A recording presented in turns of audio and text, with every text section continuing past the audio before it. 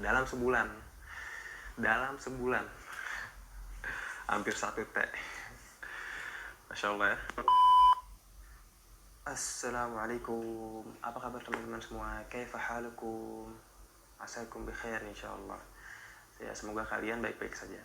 Dalam video sebelumnya kita telah membahas mengenai Imam Abu Hanifah dari segi silsilah dan nasab beliau, perkataan ulama dan pujian ulama terhadap beliau, buku-buku beliau sebagian, dan juga tahun lahir dan tahun wafatnya, metode beliau dalam beristihad.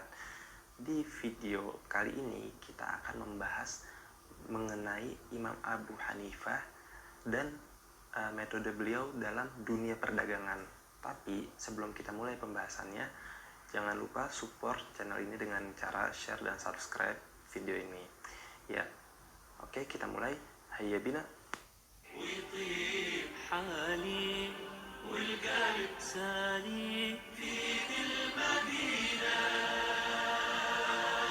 محمد من على رتب المعالي وزاد على النبيين مقاما. Gak bisa dipungkiri bahwasanya permasalahan ekonomi merupakan permasalahan penting bagi setiap orang. Kakek Abu Hanifah, Marzuban, memiliki kedekatan hubungan sangat baik dengan Ali bin Abi Thalib. Hubungan baik ini terus berlanjut sampai anaknya, yaitu Thabit, ayah Abu Hanifah, yang menurut banyak riwayat, Thabit didoakan oleh Ali bin Abi Thalib radhiyallahu anhu agar anak cucunya diberikan keberkahan oleh Allah Subhanahu wa taala. Dan doa Ali bin Abi Thalib diijabah oleh Allah Subhanahu wa taala sehingga akhirnya beliau dikaruniai seorang anak yang bernama An-Nu'man yang kemudian dikenal sebagai Imam Abu Hanifah. Abu Hanifah adalah sosok yang patut diteladani bagi orang yang menginginkan menjadi seorang ahli ilmu sekaligus pengusaha. Meskipun usaha yang dijalani beliau beromset lumayan besar, namun fokus dan konsentrasi beliau tetap terhadap pelajaran Islam, khususnya ilmu fikih. Sehingga gak heran beliau meninggalkan ke kaum muslimin amal jariyah berupa ilmu yang manfaatnya bisa dirasakan oleh banyak orang sampai saat ini. Sungguh kurang bijak tatkala seseorang penuntut ilmu ingin meneladani beliau tetapi hanya dari satu sisi saja, sisi kecerdasan beliau dalam perdagangan, sehingga ketika seseorang terlalu asyik di dunia ekonomi, maka mereka lupa akan kewajiban asasi di mana mereka itu belajar untuk mengajari orang yang membutuhkan. Maka jika ingin meneladani Imam Abu Hanifah, teladanilah secara kafah, secara keseluruhan. Teladani ilmunya, teladani ketakwaan dan kewaraannya, teladani kemandiriannya, teladani independensinya yang tidak mau ditekan penguasa dan lebih memilih menjalani masa tahanan penuh derita di penjara daripada hidup bergelimang kekuasaan tetapi kehilangan harta berharga berupa independensi dan kemandirian. Abu Hanifah sudah terlihat kecerdasannya di saat masih muda. Beliau sudah berdiskusi oleh ayahnya yaitu Thabit untuk mengembangkan usaha ayahnya yaitu usaha kain sutra. Maka ayahnya mempersilahkannya, silahkan. Akhirnya Imam Abu Hanifah pergi ke pasar, terus tanya ke orang-orang masyarakat pasar di mana tempat guru terbaik yang bisa ngajarin dia ilmu perniagaan, ya ilmu bisnis gitu. Maka dikasih tahu oleh seseorang di sana, fulan orangnya gitu. Akhirnya Imam Abu Hanifah pergi ke orang tersebut dan akhirnya belajar di ilmunya yaitu ilmu perniagaan. Belajar langsung sama pakarnya, akhirnya dia menguasai ilmu dagang secara mantap.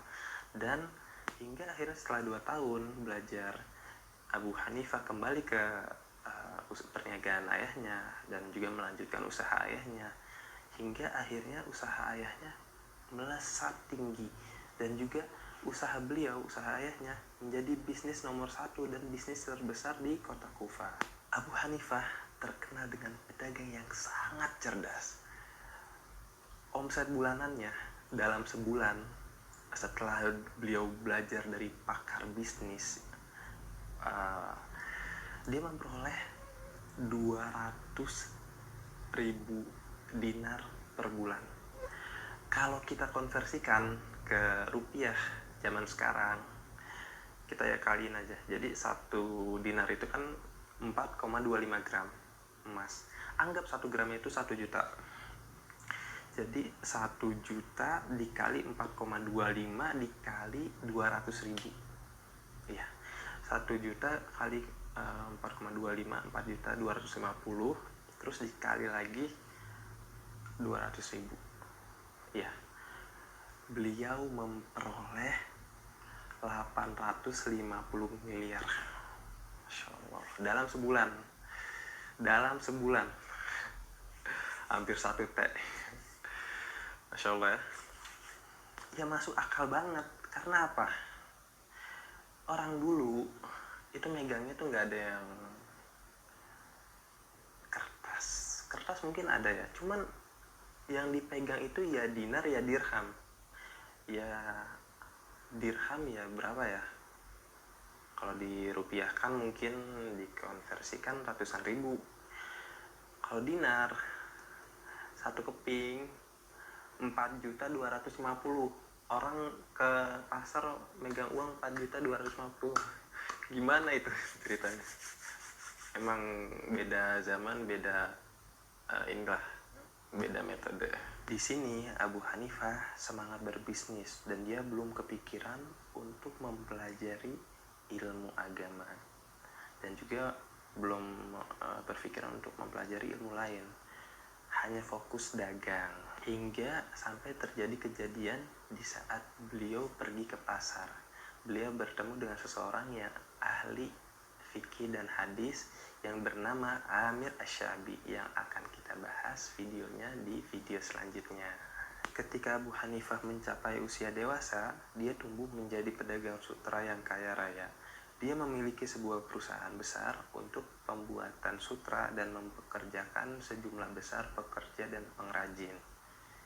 Sepanjang hidupnya, dia seringkali memberikan kekayaannya begitu saja kepada murid-muridnya yang kurang kemampuan dan juga kepada para ulama miskin. Selain itu, Abu Hanifah adalah pengusaha idaman. Syekh Abu Zahra menyebutkan bahwasanya sebagaimana beliau adalah pengusaha idaman, beliau memiliki hal-hal istimewa, yaitu beliau tidak pernah ngeprank orang. Ya, mungkin dari kalian ada yang pernah ngerasain di prank sama penjual. Ya gimana enggak, misalkan dia tulis harga buah naga dengan warna merah, terus tatanan buahnya rapih, ditulis di papan harganya Rp10.000. Pas dideketin, dibilang sama penjualnya, yang itu 20.000 mas, yang 10.000 itu yang dibawa keranjang, sambil nunjuk ke keranjang yang di bawah. Terus pas kita lihat udah jelek, hampir busuk. Lah, terus ngapain tulis yang 10.000 di buah naga yang bagus-bagus, malah senyum-senyum. Abu Hanifah bukan tipe pengusaha tamak yang menghalalkan segala cara untuk meraih keuntungan sebesar-besarnya. Karena sejak kecil beliau hidup, beliau sangat menjunjung tinggi amanah profesionalitas dalam perniagaan yang dilakukan. Banyak yang menyamakan Abu Hanifah dengan Abu Bakar As-Siddiq dalam keamanahan dalam hal perniagaan. Beliau terkenal cukup fleksibel dan berkompromi dalam bertransaksi, terutama ketika menyangkut hak orang lain. Beliau memandang perniagaan bukan semata hubungan antara sesama manusia, namun lebih jauh dari itu. Beliau memandang bahwasanya muamalah yang baik merupakan salah satu bentuk puncak ibadah. Ada banyak kisah yang menunjukkan sifat-sifat mulia yang beliau miliki. Salah satu contohnya adalah pada suatu hari ada seorang nenek-nenek lemah yang datang menemui beliau dan berkata, "Aku wanita yang lemah, namun aku menginginkan baju ini. Berapakah engkau menjualnya?" Imam Abu Hanifah menjawab, Harganya hanya 4 dirham saja untuk ibu. Kata nenek tersebut, apakah engkau hendak menghinaku, padahal aku sudah tua? Kata Abu Hanifah, sama sekali tidak. Sebelumnya aku membeli 2 helai baju, lalu salah satunya aku jual kembali dengan total harga beli 2 baju tadi dikurangi 4 dirham. Maka harga 4 dirham tadi aku tetapkan sebagai harga baju ini. Maksudnya adalah, kalau kita hitung secara matematika, jadi kan dalam kisah tersebut, Imam Abu Hanifah beli 2 baju.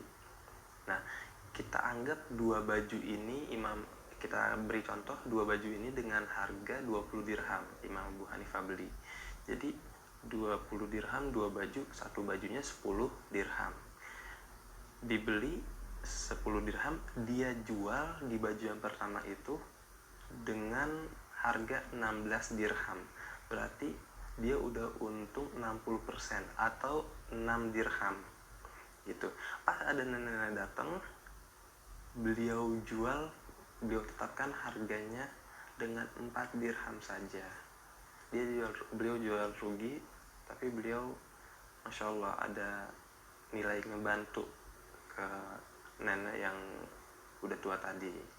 Kisah tadi menggambarkan betapa Abu Hanifah memiliki jiwa penolong yang tinggi. Namun cara menolong yang dia gunakan adalah cara yang sangat cerdas. Dan di sisi lain, beliau tetap mendapatkan keuntungan dari transaksi yang dia lakukan sebelumnya.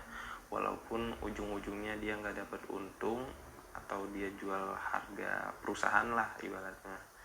16 tambah 4 kan tadi sama dengan 20 gitu. Tapi beliau dapat pahala udah ngebantu nenek-nenek tersebut. Di kisah lain, beliau pernah berpesan kepada partnernya agar menjelaskan aib dari beberapa baju yang akan dijualnya. Namun, ketika partnernya sudah menjual baju tersebut, ternyata dia lupa memberitahukan aib yang salah satu tadi. Ketika mengetahui hal tersebut, maka Abu Hanifah pun memutuskan untuk mensedekahkan seluruh baju tadi. Ia berkata, harta itu telah bercampur dengan syubhat dan aku tidak membutuhkannya. Ini menunjukkan betapa Imam Abu Hanifah sangat wara, menjauhkan diri dari dosa, maksiat dan perkara syubhat. Meskipun cukup samar-samar, meskipun demikian, perniagaan yang beliau jalankan ternyata cukup menghasilkan keuntungan yang banyak. Sikap Imam Abu Hanifah patut direnungkan dan juga ditiru oleh semua pelaku bisnis apapun. Sebagian dari keuntungan tersebut beliau infakkan kepada murid-muridnya yang kurang mampu dan juga kepada para ulama dan ahli hadis pada zaman itu. Keuntungan yang beliau kumpulkan bertahun-tahun tersebut beliau gunakan untuk membeli kebutuhan pangan dan pakaian mereka. Lalu uang yang masih tersisa tersebut beliau donasikan kepada mereka. Beliau berkata, gunakanlah uang ini untuk kebutuhan kalian dan jangan berterima kasih kecuali kepada Allah saja. Sebab aku sama sekali tidak memberikan apa-apa kepada kalian dari hartaku, karena harta tersebut adalah harta Allah. Dengan sifat-sifat yang dimiliki tersebut, maka Imam Abu Hanifah menjadi bintang di kalangan para pengusaha di zamannya. Ya, makasih buat teman-teman yang udah nonton videonya sampai habis. Jika kalian mendapatkan informasi baru hari ini, bagikan ke teman kalian dan juga jangan lupa untuk share, subscribe, dan like video ini. Ya, dan see you in the next video. Ma'assalamah. السلام عليكم. لا تنسوا الإعجاب بالفيديو والاشتراك في القناة تشجيعا لنا لنستمر بنشر المزيد إن شاء الله.